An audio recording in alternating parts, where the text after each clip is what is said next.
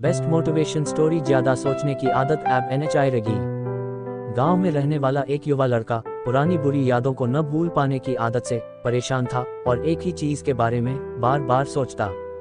अगर किसी ने उसे कुछ कह दिया या उसके साथ कुछ गलत हो गया तो वह पूरे दिन बस उस एक घटना के बारे में सोचता। उसके दिमाग में हर वक्त एक ही बात घूमती रहती। फिर वह अपने साथ हुई किसी बुरी घटना के लिए या तो अपनी किस्मत को कोसता या भगवान को, या फिर वह उस शख्स से बदला लेने के बारे में सोचता रहता था जिसने उससे कुछ कहा था या उसके साथ कुछ गलत किया था। अपनी ज्यादा सोचने की आदत के कारण न तो उसके लोगों से अच्छे संबंध थे और न ही उसे कोई काम अच्छे से करना आता। वह हमेशा तनाव या मानसिक अशांति की स्थिति में रहता। उसकी हालत देखकर उसके दोस्त ने उसको सलाह दी कि एक ज़ेन मास्टर यहाँ पास के बौद्ध मठ में रहता है, आप उनके पास जाइए, वह आपकी इस मानसिक समस्या का कोई न कोई समाधान अवश्य बताएंगे। युवा लड़का ज़ेन मास्टर के पास जाता है और उसे अपनी समस्या बताता है। वह एक ही घटना के बारे में बार बार कैसे सोचता रहता है और पुरानी बुरी बातों या यादों को भूल नहीं पाता। लड़के की समस्या सुनने के बाद ज़ेन मास्टर वहां से उठकर मठ के अंदर चले जाते हैं। ज़ेन मास्टर द्वारा बिना कोई जवाब दिए इस तरह उठकर चले जाना लड़के को थोड़ा अजीब लगता है, लेकिन वह अभी भी वहीं बैठा है। थोड़ी देर बाद वह देखता है कि ज़ेन मास्टर उसकी ओर आ रहे हैं। मिट्टी के गिलास में पानी भरने के बाद ज़ेन मास्टर आते हैं और लड़के के पास खड़े हो जाते हैं। तभी लड़का भी उसके सामने खड़ा हो जाता है। ज़ेन मास्टर लड़के से पूछते हैं, बताओ इस गिलास का वजन कितना होगा। लड़के ने कहा, मैं ठीक नहीं बता सकता, लेकिन इस गिलास का वजन बहुत कम है। अब ज़ेन मास्टर ने गंभीरता से कहा, मेरा सवाल ये है कि अगर मैं इस गिलास को थोड़ी देर के लिए ऐसे ही पकड़ कर रखूं तो क्या होगा।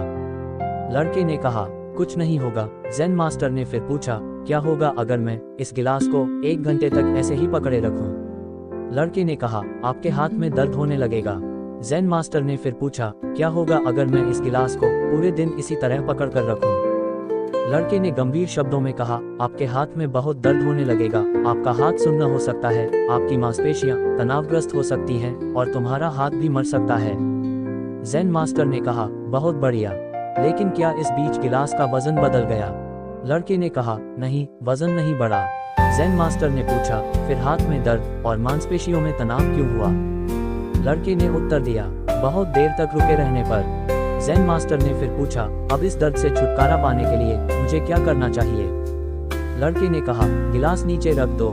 ज़ेन मास्टर ने कहा, बिल्कुल, और जीवन की परेशानियां ऐसी ही हैं, इन्हें कुछ देर अपने दिमाग में रखें और आपको लगेगा कि सब कुछ ठीक है। उनके बारे में लंबे समय तक सोचो और तुम्हें पीड़ा होने लगेगी, और उन्हें लंबे समय तक अपने दिमाग में रखो, तब वे तुम्हें परेशान या पागल बनाना शुरू कर देंगे और तुम कुछ नहीं कर पाओगे।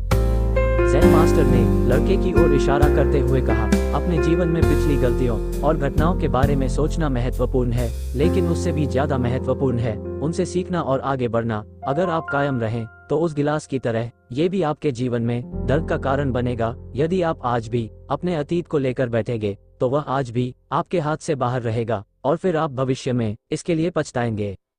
यदि आप अपने द्वारा की गई गलतियों को दोहरा रहे हैं, कोशिश करें कि आज आप ऐसी गलतियां न करें जिसके लिए आपको भविष्य में पछतावा करना पड़े। इसलिए चिंता करना छोड़ दें और अपने आज के कार्यों पर ध्यान केंद्रित करें। कहानी नंबर 2, उत्तम व्यक्ति कौन। हिंदी स्टोरी, महात्मा बुद्धा। बहुत पुरानी बात है, गौतम बुद्ध एक शहर में प्रवास कर रहे थे। उनके कुछ शिष्य भी उनके साथ थे। उनके शिष्य एक दिन शहर में घूमने निकले तो उस शहर के लोगों ने उन्हें बहुत बुरा भला कहा। शिष्यों को बहुत बुरा लगा और वे वापस लौट गए। गौतम बुद्ध ने जब देखा कि उनके सभी शिष्य बहुत क्रोध में दिख रहे हैं तो उन्होंने पूछा, क्या बात है, आप सभी इतने तनाव में क्यों दिख रहे हैं। तभी एक शिष्य क्रोध में बोला, हमें यहाँ से तुरंत प्रस्थान करना चाहिए। जब हम बाहर शहर में घूमने गए तो यहाँ के लोगों ने बिना वजह हमें बहुत बुरा भला कहा। जहाँ हमारा सम्मान न हो वहाँ हमें एक पल भी नहीं रहना चाहिए।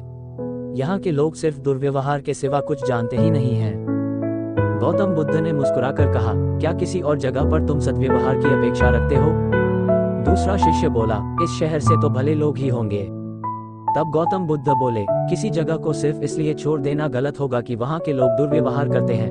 हम तो संत हैं, हमें तो कुछ ऐसा करना चाहिए कि जिस स्थान पर भी जाएं, उस स्थान को तब तक न छोड़े जब तक अपनी अच्छाइयों से वहाँ के लोगों को सुधार न दें। हम जिस भी स्थान पर जाएं वहाँ के लोगों का कुछ न कुछ भला करके ही वापस लौटें। हमारे अच्छे व्यवहार के बाद वह कब तक बुरा व्यवहार करेंगे, आखिर में उन्हें सुधरना ही होगा। वास्तविकता में संतों का कार्य तो ऐसे लोगों को सुधारना ही होता है। सही चुनौती वो है जब हम विपरीत परिस्थितियों में खुद को साबित कर सकें। ये सभी बातें सुनकर बुद्ध के प्रिय शिष्य आनंद ने प्रश्न किया, उत्तम व्यक्ति किसे कहते हैं? इस पर बुद्ध ने जवाब दिया, जिस प्रकार युद्ध में बढ़ता हुआ हाथी चारों तरफ के तीर सहते हुए भी आगे बढ़ता जाता है, ठीक उसी तरह उत्तम व्यक्ति भी दूसरों के अपशब्दों को सहते हुए अपना कार्य करता रहता है। खुद को वश में करने वाले प्राणी से उत्तम कोई और नहीं हो सकता। गौतम बुद्ध की बात शिष्यों को अच्छी तरह से समझ में आ गई और उन्होंने वहां से जाने का इरादा त्याग दिया। कहानी नंबर 3, कठोर वचन। हिंदी स्टोरी, महात्मा बुद्धा। एक बार गौतम बुद्ध से अभय राजकुमार ने प्रश्न किया कि क्या श्रमण गौतम कभी कठोर वचन कहते हैं? उसने सोच रखा था कि नहीं कहने पर वह बताएगा कि एक बार उन्होंने देवदत्त को नरकगामी कहा था, और यदि हाँ कहे तो उसने पूछा जा सकता है कि जब आप कठोर शब्दों का प्रयोग करने से स्वयं को रोक नहीं पाते, तब दूसरों को ऐसा उपदेश कैसे देते हैं? बुद्ध ने अभय के प्रश्न का आशय जान लिया। उन्होंने कहा, इसका उत्तर न तो हाँ में दिया जा सकता है और न नहीं में। अभय की गोद में उस समय एक छोटा बालक था। उसकी ओर इशारा करते हुए बुद्ध ने पूछा, राजकुमार, यदि दाई के अनजाने में ये बालक अपने मुख में काट का टुकड़ा डाल ले, तब तुम क्या करोगे?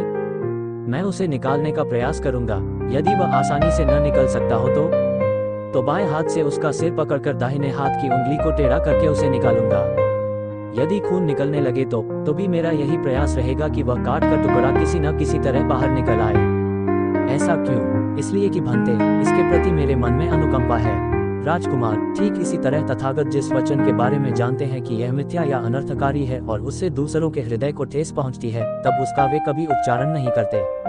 पर इसी तरह जो वचन उन्हें सत्य और हितकारी प्रतीत होते हैं तथा दूसरों को प्रिय लगते हैं, उनका वे सदैव उच्चारण करते हैं। इसका कारण यही है कि तथागत के मन में सभी प्राणियों के प्रति अनुकंपा है। कहानी नंबर 4, कन्या अछूत नहीं। हिंदी स्टोरी, महात्मा बुद्धा। एक बार वैशाली के बाहर जाते धम्म प्रचार के लिए जाते हुए गौतम बुद्ध ने देखा कि कुछ सैनिक तेजी से भागती हुई एक लड़की का पीछा कर रहे हैं। वह डरी हुई लड़की एक कुएं के पास जाकर खड़ी हो गई। वह हौंफ रही थी और प्यासी भी थी। बुद्ध ने उस बालिका को अपने पास बुलाया और कहा कि वह उनके लिए कुएं से पानी निकाले, स्वयं भी पिए और उन्हें भी पिलाए। इतनी देर में सैनिक भी वहां पहुंच गए। बुद्ध ने उन सैनिकों को हाथ के संकेत से रुकने को कहा। उनकी बात पर वह कन्या कुछ झेंपती हुई बोली, महाराज, मैं एक अछूत कन्या हूँ। मेरे कुएं से पानी निकालने पर जल दूषित हो जाएगा। बुद्ध ने उससे फिर कहा, पुत्री, बहुत जोर की प्यास लगी है, पहले तुम पानी पिलाओ। इतने में वैशाली नरेश भी वहां आ पहुंचे। उन्हें बुद्ध को नमन किया और सोने के बर्तन में केवड़े और गुलाब का सुगंधित पानी पेश किया। बुद्ध ने उसे लेने से इनकार कर दिया। बुद्ध ने एक बार फिर बालिका से अपनी बात कही। इस बार बालिका ने साहस बटोरकर कुएं से पानी निकलकर स्वयं भी पिया और गौतम बुद्ध को भी पिलाया। पानी पीने के बाद बुद्ध ने बालिका से भय का कारण पूछा। कन्या ने बताया, मुझे संयोग से राजा के दरबार में गाने का अवसर मिला था। राजा ने मेरा गीत सुन मुझे अपने गले की माला पुरस्कार में दी, लेकिन उन्हें किसी ने बताया कि मैं अछूत कन्या हूँ। ये जानते ही उन्होंने अपने सिपाहियों को मुझे कैद खाने में डाल देने का आदेश दिया। मैं किसी तरह उनसे बचकर यहाँ तक पहुंची थी। इस पर बुद्ध ने कहा, सुनो राजन, ये कन्या अछूत नहीं है, आप अछूत हैं। जिस बालिका के मधुर कंठ से निकले गीत का आपने आनंद उठाया, उसे पुरस्कार दिया, वह अछूत हो ही नहीं सकती। गौतम बुद्ध के सामने वह राजा लज्जित ही हो सकते थे। कहानी नंबर 5, कल्याण मित्रा। हिंदी स्टोरी, महात्मा बुद्धा। भगवान बुद्ध देव और मनुष्यों के शास्ता थे, परंतु सबसे पहले वह मनुष्य थे। मनुष्य बढ़कर देवता बनता है, ये प्राचीन मान्यता थी। आज भी हम मनुष्यत्व के ऊपर देवत्व की बात करते हैं, परंतु बुद्ध ने इस क्रम को पलट दिया। उन्होंने कहा, ये जो मनुष्यता है वही देवताओं का सुगति प्राप्त करना कहलाती है। देवता जब सुगति प्राप्त करता है तब वह मनुष्य बनता है। देवताओं में विलास है, राग, द्वेष, ईर्ष्या और मोह भी वहाँ है। निर्वाण की साधना वहाँ नहीं हो सकती। इसके लिए देवताओं को मनुष्य बनना पड़ता है। मनुष्यों में ही देव पुरुष का आविर्भाव होता है, जिनको देवता नमस्कार करते हैं। मानवता धर्म का उपदेश देने वाले बुद्ध स्वयं मानवता के जीते जागते रूप थे। यहाँ उनके जीवन से संबंधित कुछ प्रसंग दिए जाते हैं, जिनसे उनके व्यक्तित्व में बैठी हुई गहरी मानवता का दर्शन होता है। भगवान का परिनिर्वाण होने वाला है। रात का पिछला पहर है। भिक्षु उनकी शैया को घेरे बैठे हैं। बुद्ध उन्हें उपदेश दे रहे हैं। कह रहे हैं, भिक्षुओं, बुद्ध धर्म और संघ के विषय में कुछ शंका हो तो पूछ लो। पीछे मलाल मत करना कि भगवान हमारे सामने थे, पर हम उनसे कुछ पूछ न सके। कोई शिष्य नहीं बोलता। भगवान 3 बार कहते हैं, पर कोई भिक्षु कुछ पूछने को नहीं उठता। भगवान को शंका होती है कि कहीं वे उनके गौरव का विचार करके पूछने में संकोच तो नहीं कर रहे। इसलिए वह कहते हैं, शायद भिक्षु, तुम मेरे गौरव के कारण नहीं पूछ रहे। जैसे मित्र मित्र से पूछता है, वैसे तुम मुझसे पूछो।